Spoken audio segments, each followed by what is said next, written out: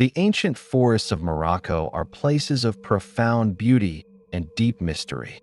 Sun-dappled cedar groves, whispering cork oak woodlands, and the silent, red earth paths of the Middle Atlas hold secrets far older than the cities that border them. Travelers speak of hospitality, of stunning vistas. But tonight, we walk a different path. The accounts you are about to hear come from hikers, researchers, and locals who ventured into the green shadows and returned altered. They sent us their stories, sworn testaments given under pseudonyms to protect their peace.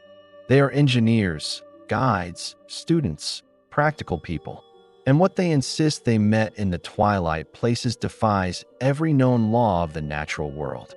Let us begin with the first story, submitted by a man who calls himself simply the Cartographer. Story 1. The Silent Ones of Azru Cedar Forest. My name is, let's say, Samir. I'm 42 years old. I'm a topographic surveyor by trade. My entire life is built on precision, on measurable facts, on turning the chaotic contours of the earth into clean, logical lines on a map. I don't believe in fairy tales. I believe in granite, in elevation, in the angle of the sun. Or at least I did, until the Azru Cedar Forest remapped my understanding of reality. It was a contract job last autumn. A developer wanted a detailed survey of a remote parcel bordering the old-growth cedar reserve.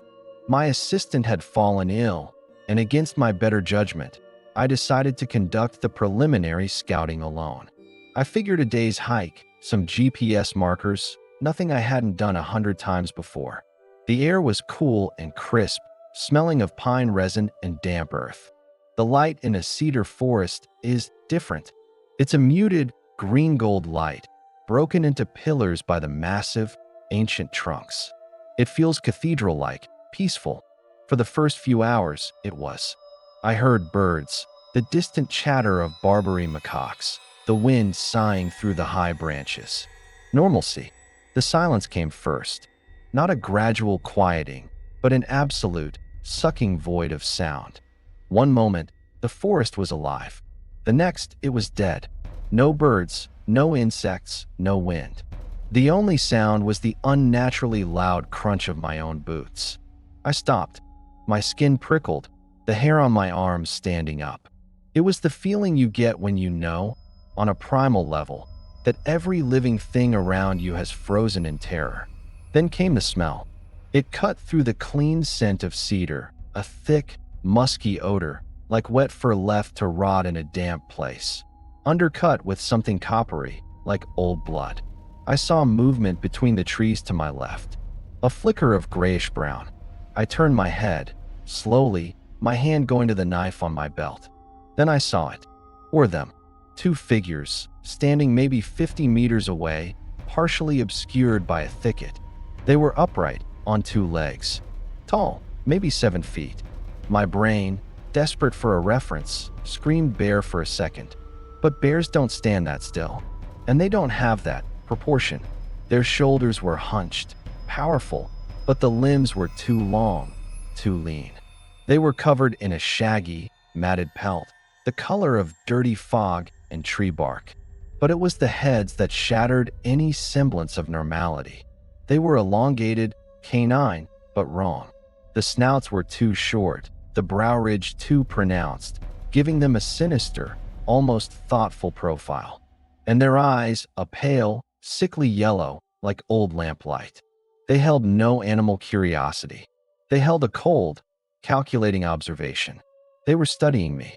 I took a stumbling step backward.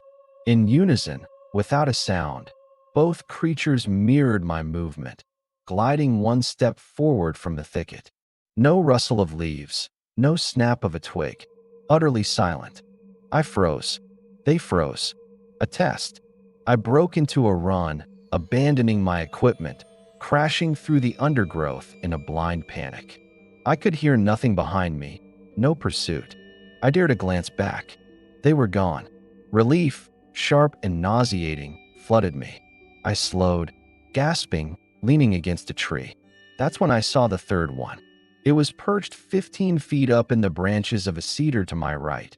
clinging to the trunk with long, clawed fingers. It hadn't been there before.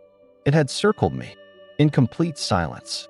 It tilted its head, those yellow eyes boring into mine. It opened its mouth, and I saw rows of thin, needle-like teeth, but no sound came out. It was a pantomime of a snarl. Then, from the forest all around me, I saw more of those yellow eyes ignite in the shadows.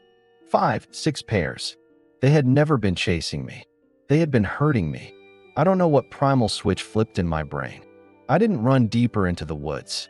I ran toward the only human sound I could remember, a distant, dusty logging road. I ran screaming, not words, just a raw, terrorized sound. I didn't look back. I burst onto the gravel road, collapsing in front of a startled truck driver. I was babbling, covered in scratches, my clothes torn. They found my equipment bag 2 days later, a mile from where I dropped it. It was neatly opened, my maps and instruments laid out in a perfect line on the ground, as if they'd been meticulously examined. I never went back. I broke the contract. I lost the money. Some things cost more than money. I've surveyed jungles and mountains, but I will never set foot in a silent wood again. Because I know now, silence isn't emptiness. It's a presence, and it's learning about you. A surveyor, a man of lines and measurements, whose world was irrevocably blurred by shapes that defied his instruments.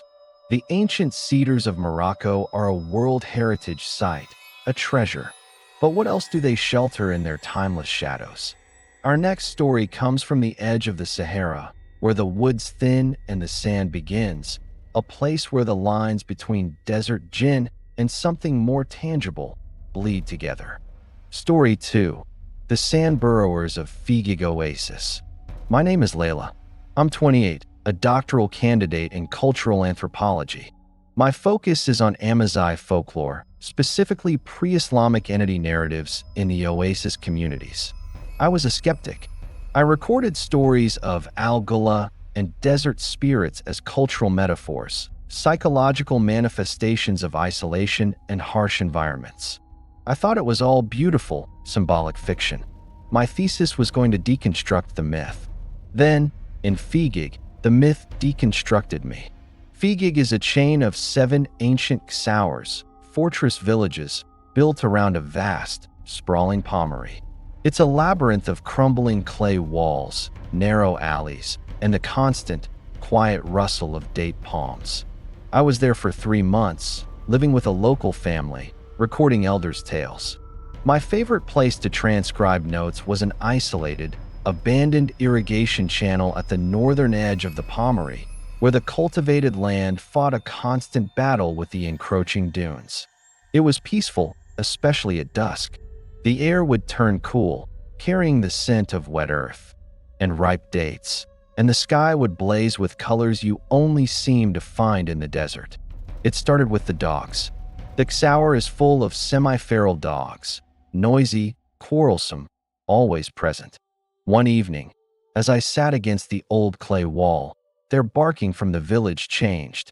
It wasn't the usual squabbling. It was a unified, panicked chorus that rose to a frenzied pitch and then cut off entirely. A sudden, profound silence fell over the Pommery. Not even the wind. I felt a chill that had nothing to do with the temperature. Then, I heard a new sound. A soft, rhythmic shushing noise, like something heavy being dragged through dry sand. It was coming from the dune slope just beyond the last line of palms. I told myself it was the wind sculpting the sand. But there was no wind. I stood up, peering into the deepening blue twilight. The dune's crest was silhouetted against the violet sky, and then I saw a shape break that smooth line. It wasn't walking. It was flowing up from the far side, moving with an undulating, boneless grace. It paused at the crest. My mind refused it. It was the size of a large bear, but had no discernible limbs. Its form was like a giant, segmented larva, its skin a dull, mottled gray that perfectly mimicked the sand. But its surface wasn't smooth. It was covered in a fine, bristling hair that caught the last light like dust. And at the front, where a head should be, was a disturbing convergence. No visible eyes, just a dark, vertical slit of a mouth, surrounded by a ring of short, twitching palps that constantly tested the air. It sensed me. The entire body oriented down the dune towards my position. It began to descend, not rolling, but somehow gliding into the sand, as if the dune were water. It left a faint, settling trench in its wake, quickly erased by the shifting grains. It was moving toward the palm grove, toward me. I was paralyzed, my academic mind screaming about impossible biology, my animal brain shrieking predator. It reached the first palm tree. Instead of going around, it reared up a portion of its front end, a motion horribly reminiscent of a cobra, and touched the trunk. A patch of the tree's bark, where it made contact, visibly darkened, withering in seconds as if drained of all moisture. The thing emitted a low, vibrating hum that I felt in my teeth. That sound broke my trance. I ran. I didn't dare look back until I reached the first house on the outskirts of the Xaur. From the safety of a doorway, I looked toward the channel. The thing was gone, but in its place, leading right to the edge of the palmery, was a perfect, deep groove in the sand, ending abruptly as if it had submerged. The next morning, I went back with 2 older men from the family. The groove was still there. They took one look at it, at the withered patch on the date palm, and their faces turned to stone. They wouldn't speak of it. Not then, not ever. One just muttered, "Algula does not always wear a woman's face." I cut my research short by a month. I've abandoned my original thesis. How can you deconstruct a story when you've seen its source? Now, I study the stories not as metaphors, but as warnings. Fragmented, imperfect field guides to things that live in the forgotten edges. The desert doesn't just bury cities. It buries truths. And sometimes, they dig themselves back up. From the creeping silence of the cedars to the whispering sands of the oasis, a theme emerges. These are not random hauntings, but encounters with resident intelligences, things that belong to their landscapes as fundamentally as the trees or the dunes. Our journey continues deeper into the night and into the Middle Atlas, where the woods grow thicker, the mountains higher, and the stories older. Story 3. The Cliff Dwellers of Kennefer Gorge. They call me Eider. I've been a licensed mountain trekking guide for 15 years. I know the Atlas trails like the lines on my own hands. Every rockfall, every seasonal spring, every safe overlook. I've led tourists from all over the world, and my #1 rule is respect. Respect for the mountain, its weather, and its solitude. I thought I understood that solitude. I didn't. Not until the Kennefer Gorge showed me that the solitude wasn't empty. This was 2 years ago, early spring. I was scouting a new, challenging route for experienced clients, a multi-day trek through a less-traveled canyon system. The first day was magnificent, crystal-clear streams, eagles circling the red sandstone cliffs, the air so clean it hurt your lungs. I made camp as dusk fell, in a small, high cave I'd used before. It was a perfect shelter with a wide view of the gorge below. I built a small fire, ate, and felt that deep, satisfying tiredness that comes from a hard day in clean air. The fire had died to embers when I heard the first rocks fall. Not a large landslide, but a precise click-click-clack of stones dislodged, higher up on the opposite cliff face. I peered out. The moon was 3/4 full, casting a cold, blue-gray light over the canyon. I saw nothing. Then, another scatter of stones, this time from a different spot, further along the cliff. It was rhythmic, almost communicative. A deep, primal wariness settled in my gut. I doused the embers of my fire, plunging my cave into near darkness. My eyes adjusted. That's when I saw the glints. High up, across the gorge, points of reflected moonlight, like chips of mica in the rock. Except they were moving, and they were paired. Eyes. They began to descend, not climbing down as a human or a goat would, but moving across the sheer cliff face with a terrifying, spider-like adhesion. Their shapes were unnervingly humanoid but elongated and spindly, with arms and legs that seemed to bend in too many places. Their skin, in the moonlight, was a pale, dusty gray, like the limestone itself. They were hairless. Their heads were large, bulbous, and their eyes, those glinting points, were wide-set and completely black, absorbing the light. They had no visible noses, just slit-like nostrils and wide, lipless mouths. They moved in complete silence, communicating with soft, clicking sounds that echoed faintly in the canyon bowl. There were at least 6 of them. They reached the gorge floor, moving with a skittering, jointless gait. They didn't approach my cave. Instead, they began to investigate my day's path. One found where I'd filtered water, running its long, thin fingers over the wet stones. Another stopped at the ashes of my old lunch fire, crouching over it, its head cocked. They were surveying. Then, the largest one turned its head slowly and looked directly up at my cave. It knew I was there. It had known all along. It raised one impossibly long arm and pointed a single, bony finger directly at me. The others stopped and turned in unison. The silence was heavier than any I've ever felt. They didn't advance. They just watched. And then, as one, they began to climb again, not back the way they came, but up the cliff face beneath my cave, cutting off any descent. I was trapped. I spent the night pressed against the back of that cave, my ice axe in my hand, listening to the occasional soft click or the skitter of a pebble from the cliffs around me. They were there, all night, holding me in place. Just as the first true light of dawn tinged the sky, the sound stopped. I waited an hour, then crept to the mouth. The gorge was empty. I packed in a frenzy and half climbed, half fell down a treacherous scree slope to escape, abandoning my planned route. I reported nothing to the authorities. What would I say? I lead no more treks into that canyon system. I tell clients it's due to unstable geology. That's not a lie. The geology there is unstable because the rocks are alive, and they are curious, and they do not like fire. A guide, a master of his terrain, made a stranger in his own domain by pale, clinging watchers. The mountains keep their secrets close to the stone. But what of the places where the land itself is softened by water, where the woods become dense and damp? Our next account takes us to the mist-shrouded river valleys, where something ancient stirs in the deep green mud.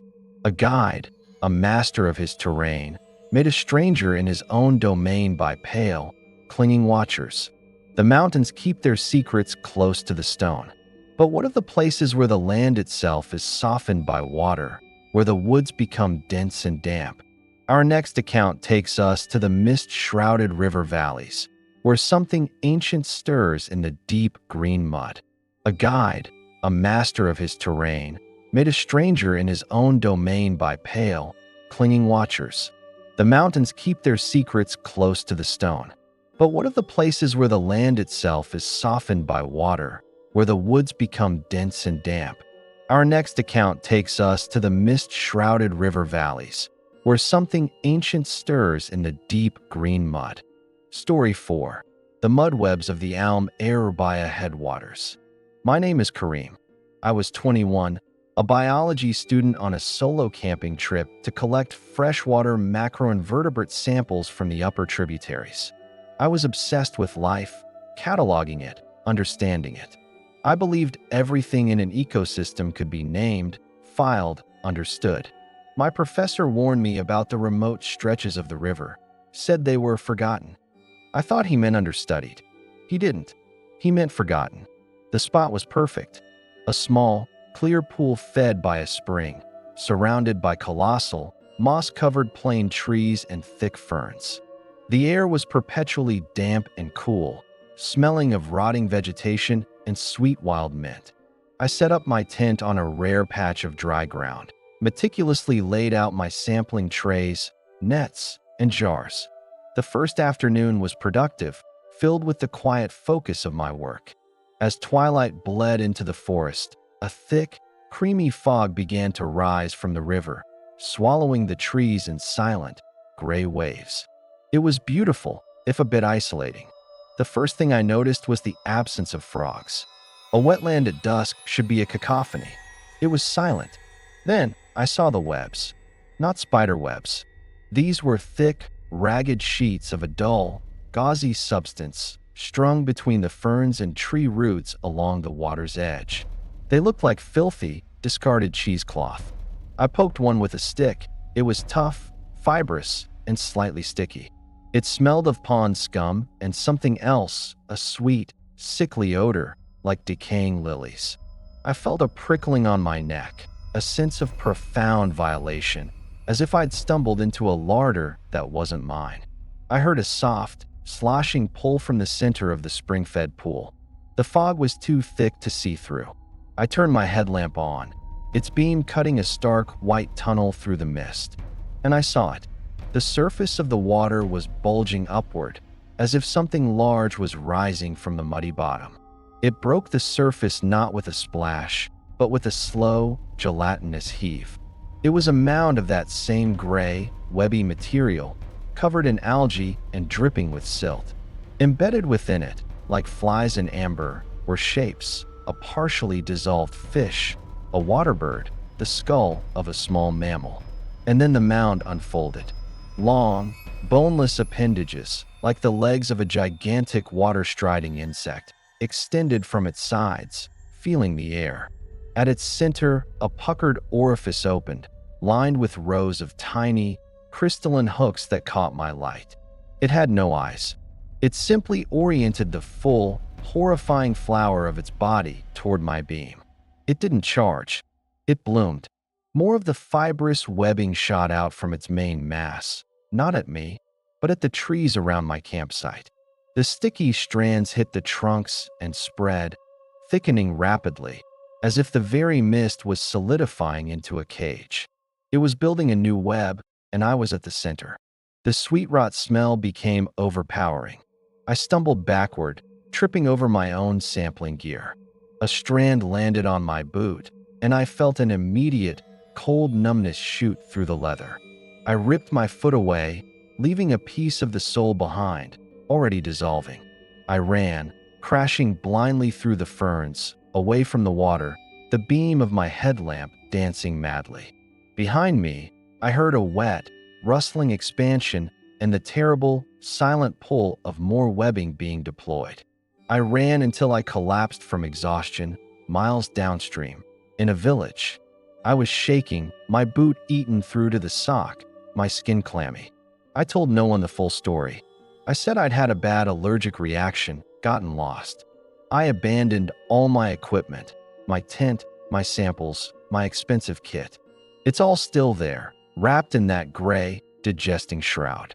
I changed my major. I couldn't go back to studying life in the water, not when I knew what else could be studying me from the murk. That fog wasn't weather. It was a breath. And those webs, they weren't traps. They were digestive systems. The forest there isn't just alive. It's hungry. From a devouring mud that blooms in the fog, we come to our final story. This one takes us not deeper into the wilderness, but to its very edge, where the old woods press against the new world. A reminder that these things do not always stay in their forgotten places. Sometimes, they follow the scent of fear or curiosity right to our doorstep. From a devouring mud that blooms in the fog, we come to our final story. This one takes us not deeper into the wilderness, but to its very edge, where the old woods press against the new world. A reminder that these things do not always stay in their forgotten places. Sometimes, they follow the scent of fear or curiosity right to our doorstep. From a devouring mud that blooms in the fog, we come to our final story. This one takes us not deeper into the wilderness, but to its very edge, where the old woods press against the new world. A reminder that these things do not always stay in their forgotten places. Sometimes, they follow the scent of fear or curiosity right to our doorstep. Story 5. The Porcelain Children of the Marmora Forest Outskirts. I am Dr. Amina Belkadi. I am 47, a general practitioner in a small town bordering the Mamora cork oak forest. I deal in fevers, broken bones, and anxieties. I treat the tangible. I have no time for superstition. The forest, to me, was just a place where my patients sometimes foraged for mushrooms or got lost. It was a backdrop, until it became a stage for something that should not exist. It was last winter, a bitter, rainy night. My clinic phone rang close to midnight. It was old Fatima Zara from a farmstead on the forest's very fringe. Her voice was a thin wire of panic. Her grandson, Youssef, was feverish, delirious, and saying terrible things. She begged me to come. House calls are rare, but she was a lifelong patient, terrified of hospitals. So I went. The drive was awful, wind whipping the car with rain, the headlights cutting through a world of liquid darkness. Her farmhouse was an island of yellow light in a sea of black woods. The boy, maybe 8 years old, was in bed, burning up. But it wasn't a normal fever. He was alternating between a dead stupor and sudden, violent flinches, as if swatting at invisible flies. He'd whimper, "They're so cold, and don't let them smile." Fatima Zara wrung her hands, talking about gin in the trees. I administered an antipyretic, checked his vitals, tachycardic, pupils dilated, and began to suspect a toxin, perhaps from a poisonous fungus.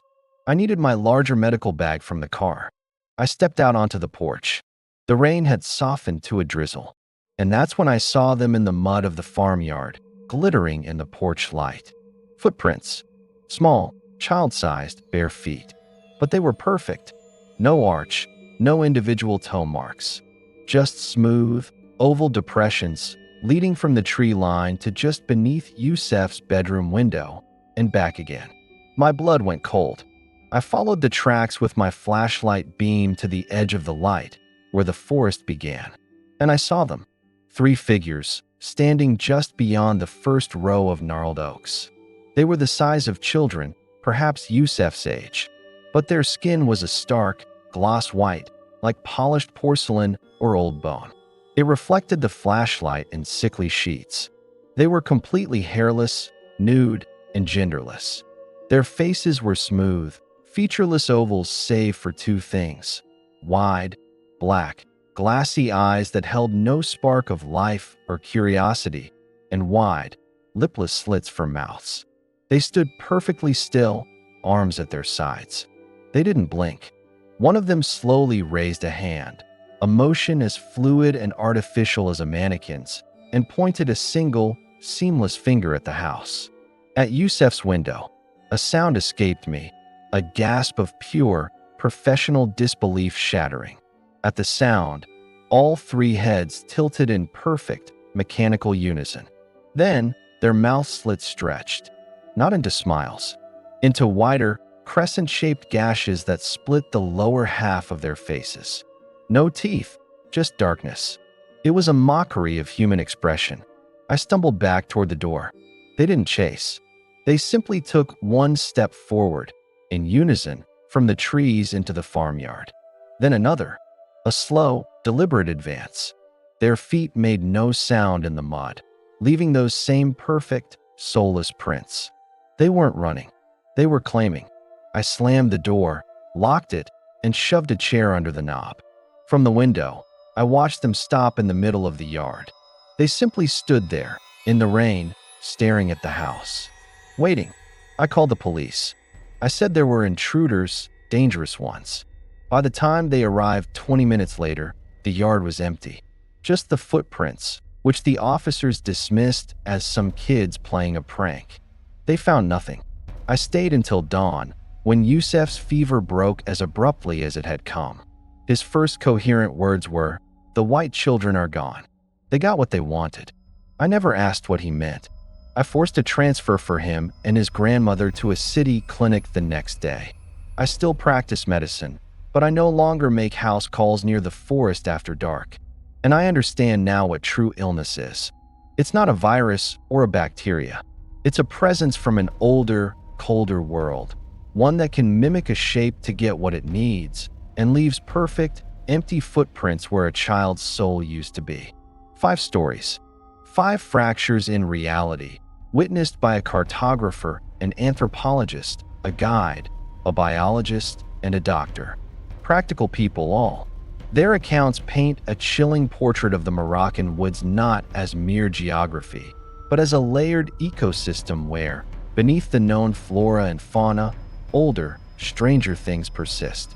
They are the silent ones, the burrowers, the cliff dwellers, the mudwebs, the porcelain children. They are not ghosts. They are residents.